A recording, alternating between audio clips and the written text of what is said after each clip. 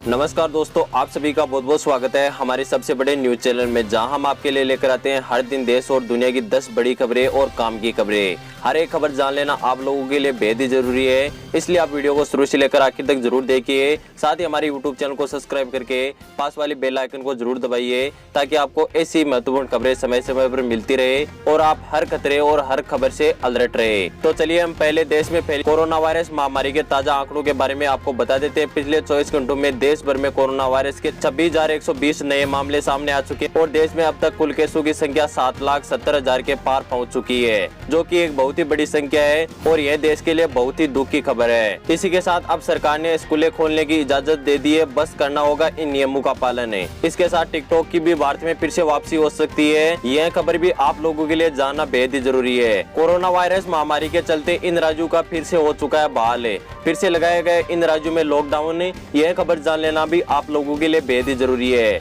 साथ ही चीन दे रहा है दुनिया को धमकी, कहा बहुत जल्द लाएंगे कोरोना से भी खतरनाक वायरस से, यह खबर भी आप लोगों के लिए जानना बेहद ही जरूरी है। अगर आपको नहीं मिल रहा मुफ्त में राशन तो इन मोबाइल नंबरों पर शिकायत दर्ज कीजिए, सख्त से सख्त की जाएगी कार्रवाई। साथ ही कानपुर एनकाउंटर का मुख्य आरोपी विकास दुबे का पुलिस ने एनकाउंटर कर दिया है और इस एनकाउंटर पर फर्जी एनकाउंटर होने का आरोप भी लोगों के द्वारा लगाया जा रहा है। इसके साथ ही भारत और चीन सीमा पर लगातार दोनों देशों की सेनाओं के बीच में खतरनाक माहौल बना हुआ है। संपूर्ण जानकारी हम इस वीडियो में आपको बताएंगे, आप वीडियो को शुरू से लेकर आखिर तक जरूर देखिए। हर एक खबर जान लेना आप लोगों के लिए बेहद ही जरूरी है। तो चलिए हम चलते हैं पहली बड़ी खबर की तरफ से। हम आपको बता दें, गृह मंत्रालय ने देश भर में स्कूलें खोलने की इजाजत दे दी है, जल्दी खुलेंगे सभी सरकारी और प्राइवेट स्कूल। इसको लेकर एनसीईआरटी ने अपनी नई गाइडलाइन सरकार को भेज दी है। देश भर में कोरोना वायरस महामारी के चलते सभी स्कूलों को खोलने के लिए एनसीईआरटी ने अपनी नई गाइडलाइंस जारी की है और सरकार को भेज दी है, जिसमें बताया गया है कि किस प्रकार से पढ़ाई का सिलसिला शुरू होगा और बच्चे, पेरेंट्स और टीचर्स को किन किन बातों का रखना होगा ध्यान है। 6 चरणों में शुरू होगा पढ़ाई का सिलसिला। पहले चरण में 11वीं और 12वीं की कक्षाएं की पढ़ाई शुरू होगी, वहीं दूसरे चरण में 9वीं से 10वीं तक की कक्षाएं शुरू होगी, वहीं तीसरे चरण में 6 से 8वीं तक की कक्षाओं की पढ़ाई शुरू होगी। इसके चौथे चरण में मैं आपको बता दूं, कक्षा 3 से लेकर 5 तक की पढ़ाई शुरू होगी और इसके 5वें चरण में कक्षा 1 व 2 की पढ़ाई शुरू होगी। इस गाइडलाइंस के 6वें चरण में पेरेंट्स की मंजूरी के बाद में नर्सरी और केजी की कक्षाएं शुरू होगी। हालांकि कंटेनमेंट में जो भी विद्यालय स्कूल है वो बंद ही रहेंगे। अब जानिए दोस्तों देश की अगली बड़ी खबर है। मैं आपको बता दूं कि भारत में टिकटॉक की हो सकती है दोबारा से वापसी। भारत में टिकटॉक के सीईओ ने मोदी सरकार को एक लेटर लिखा है, जिसमें उन्होंने सरकार को बताया कि वह भारत में अपना किस प्रकार से विस्तार का प्लान बना रहे हैं। साथ ही वह भारत में बड़ा बिजनेस खड़ा करना चाहते हैं और बड़ी संख्या में लोगों को रोजगार देना चाहते हैं। इसके अलावा आगे उन्होंने यह भी कहा कि अब तक भारत का कोई भी डेटा उन्होंने चीन सरकार के साथ शेयर नहीं किया है और आगे सरकार उन्हें यदि दोबारा काम करने का भारत में मौका देती है तो वह इस पर काम करना जरूर चाहेंगे। हम आपको बता दें कि चीन के ऐप टिकटॉक की भारत में करोड़ों यूजर्स है और करोड़ों रुपए हर दिन भारत से टिकटॉक कमाता भी था, लेकिन टिकटॉक के बैन हो जाने के बाद में टिकटॉक के सीईओ द्वारा लगातार कयास लगाया जा रहा है कि किसी न किसी प्रकार से भारत में टिकटॉक की दोबारा वापसी हो जाए। आपका इसके बारे में क्या कहना है? क्या भारतीय सरकार को भारत में टिकटॉक से बैन हटाना चाहिए और उसे दोबारा चलाने के लिए मंजूरी दे देनी चाहिए? आपका क्या कहना है? आप हमें कमेंट करके जरूर बताइएगा। साथ ही हम चलते हैं अगली बड़ी खबर की तरफ से। हम आपको बता दें कि भारत में कोरोना वायरस चीनी महामारी के चलते हालत बेकाबू हो गए हैं। चीनी महामारी से इन राज्यों में फिर से लगाया गया लॉकडाउन। दोस्तों हम आपको बता दें कि भारत में कोरोना वायरस महामारी तेजी से फैल रही है और प्रत्येक दिन 20,000 से अधिक नए मामले सामने आ रहे हैं। इसलिए कई राज्यों ने अपने सबसे ज्यादा प्रभावित इलाकों में फिर से लॉकडाउन लगा दिया गया है। बिहार के पटना में पिछले 3 हफ्तों में तेजी से आए नए मामलों को देखते हुए जिला प्रशासन ने शहर को 7 दिन के लिए फिर से लॉकडाउन कर दिया है। वहीं बंगाल में भी कंटेंट जोन को 7 दिन के लिए लॉकडाउन कर दिया गया है और इंदौर के हथौद के क्षेत्र में अनिश्चितकालीन के लिए लॉकडाउन लगा दिया गया है। साथ ही उड़ीसा के भी सभी शहरी क्षेत्रों में 5 दिन के लिए लॉकडाउन लगा दिया गया है। इसके साथ ही चलते अगली बड़ी खबर की तरफ है। चीन ने दी दुनिया को धमकी, कहा बहुत जल्द आएंगे कोरोना से भी खतरनाक वायरस से। इस बात का खुलासा चीन की कम्युनिस्ट पार्टी के अखबार ग्लोबल टाइम्स ने किया है। उन्होंने अपने संपादकीय लेख में लिखा कि अमेरिका, भारत समेत तमाम देशों को चीन के खिलाफ उकसा रहा है। जो देश अभी अमेरिका का साथ दे रहा है उन्हें लंबे समय के बाद में इसकी भारी कीमत चुकानी होगी। साथ ही चीन ने कहा कि चीन का बाजार अमेरिका के बरोबरी है। चीन के 100 से ज्यादा देशों के साथ व्यापारिक संबंध है और अमेरिका इन संबंधों को खराब करना चाहता है।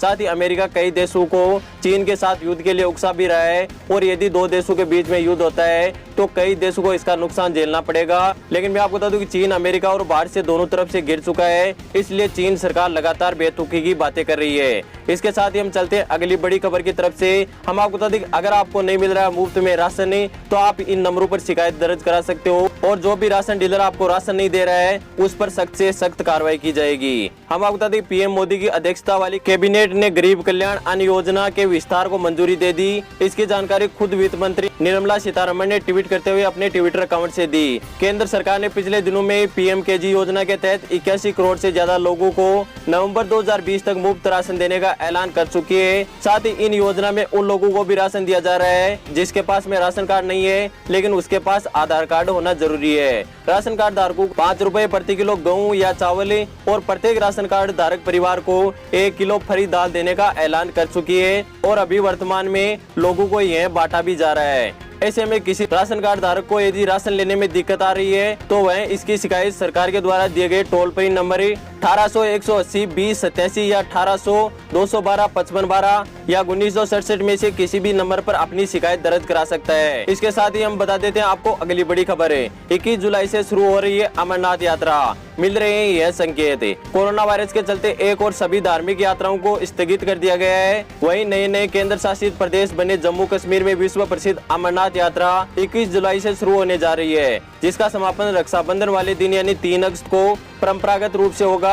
प्रदेश प्रशासन ने इस यात्रा की तिथि अभी तक घोषित नहीं की है, लेकिन इसके शुरू होने के संकेत और तैयारी होना चालू हो गई है। जम्मू कश्मीर के उपराज्यपाल ने 5 जुलाई को हिम शिवलिंग की विविधता से पूजा अर्चना करने के साथ संपूर्ण तैयारियां शुरू करवा दी है। अब चलते हैं हम अगली बड़ी खबर की तरफ से। हम आपको बता दें, पिछले कुछ दिनों में वैज्ञानिकों की तरफ से कुछ बात निकलकर सामने आ रही थी कि कोरोना वायरस हवा के माध्यम से फैलता है, लेकिन इस पर एक वैज्ञानिक ने अध्ययन किया और उन्होंने कहा कि इससे लोगों को घबराने की कोई भी जरूरत नहीं है। इस अध्ययन के तहत वैज्ञानिक यह बताना चाहते थे कि कोरोना वायरस हवा के माध्यम से भी फैल सकता है, लेकिन यदि आप मास्क का इस्तेमाल करते हो तो आपके लिए इसका खतरा बहुत ही कम हो जाता है। साथ ही मैं आपको बता दूं कि भारत में कोरोना वायरस महामारी प्रतिदिन नए रिकॉर्ड बना रही है। पिछले 24 घंटों में भारत में कोरोना वायरस के 26,000 से ज्यादा नए मामले सामने आ चुके हैं। इसके साथ ही अब देश में कोरोना वायरस के कुल केसों की संख्या देश में 7,70,000 से भी पार पहुंच चुकी है। इसके साथ ही हम चलते हैं अगली बड़ी खबर की तरफ से। हम आपको बता दें, UDIA ने एक ऐसी सर्विस चालू की है जिसमें आप बिना किसी कागजात के भी आधार कार्ड बनवा सकते हो।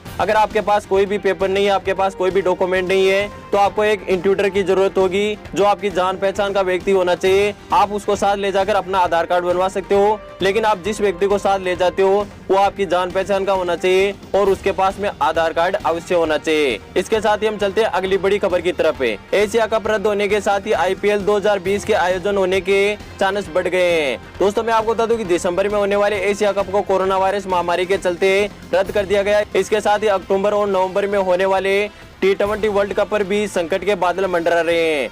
यह बात सौरव गांगुली ने एक टीवी इंटरव्यू के जरिए बताया और उन्होंने कहा कि यदि कोरोना वायरस की संकट स्थिति से काबू पा लिया जाता है तो जल्दी IPL का आयोजन भारत में किया जाएगा। अब चलते हैं हम अगली बड़ी खबर की ओर। 162 रुपए सस्ता हो चुका है गैस सिलेंडर। उपभोक्ताओं के लिए केंद्र सरकार की ओर से बड़ी राहत है। हम आपको बता दें कि रसोई गैस सिलेंडर उपभोक्ताओं के लिए खुशखबरी निकलकर सामने आ रही है। गैस सब्सिडी वाले LPG गैस सिलेंडर की कीमतों में भारी कटौती की गई है। कटौती की जाने के बाद में 14 किलो वाले नए गैस सिलेंडर की कीमत अब घटकर 581.50 पैसे हो गई है। वहीं 19 किलो वाले गैस सिलेंडर की कीमत 256 रुपए घटकर 1039 रुपए 30 पैसे हो चुकी है। इससे देश में 1.5 करोड़ लोगों को फायदा पहुंचेगा। इसके साथ ही हम चलते हैं अगली बड़ी खबर की तरफ।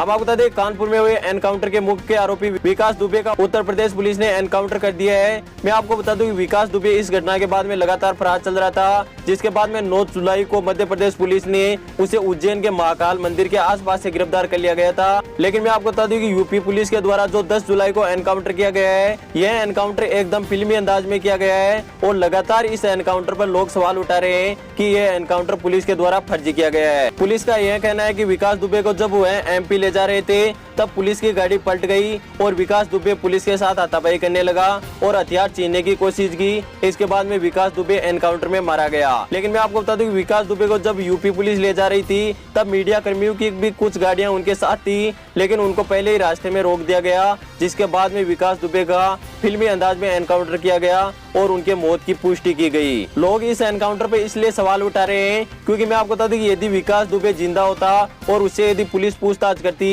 तो कई नेताओं और कई पुलिस कर्मियों का वह नाम उगलता, जिसके कारण उनकी कुर्सियां खतरे में पड़ सकती थी। इसलिए पुलिस ने विकास दुबे का यूपी पहुंचने से पहले एनकाउंटर कर दिया। आगे इस मामले में पुलिस जांच कर रही है कि यह एनकाउंटर फर्जी है या सही है। आपका इसके बारे में क्या कहना है आप हमें कमेंट करके जरूर बताइएगा, क्योंकि मैं आपको बता दूं इस एनकाउंटर के होने से कुछ समय पहले ही मीडिया कर्मियों की जो गाड़ियां उनके पीछे लगी हुई थी उनको एक टोल नाके के आसपास रोक दिया गया था। आखिर उन गाड़ियों को क्यों रोका गया? क्या यह प्री प्लानिंग एनकाउंटर है? आपका इसके बारे में क्या कहना है आप हमें कमेंट करके जरूर बताइएगा। दोस्तों फिलहाल के वीडियो में बस इतना ही। वीडियो पसंद आया तो लाइक जरूर कीजिएगा और आगे भी ऐसी महत्वपूर्ण खबरें और काम की खबरें जानना चाहते हो तो अभी हमारे यूट्यूब चैनल को सब्सक्राइब कीजिए और उसके पास में एक छोटी सी बेल है उसे भी ध्यान से दबा दीजिए ताकि आपको महत्वपूर्ण खबरें और काम की खबरें समय समय पर मिल सके। मैं मिलता हूँ आपको किसी नेक्स्ट न्यूज वीडियो में, तब तक के लिए जय हिंद, वंदे मातरम, धन्यवाद।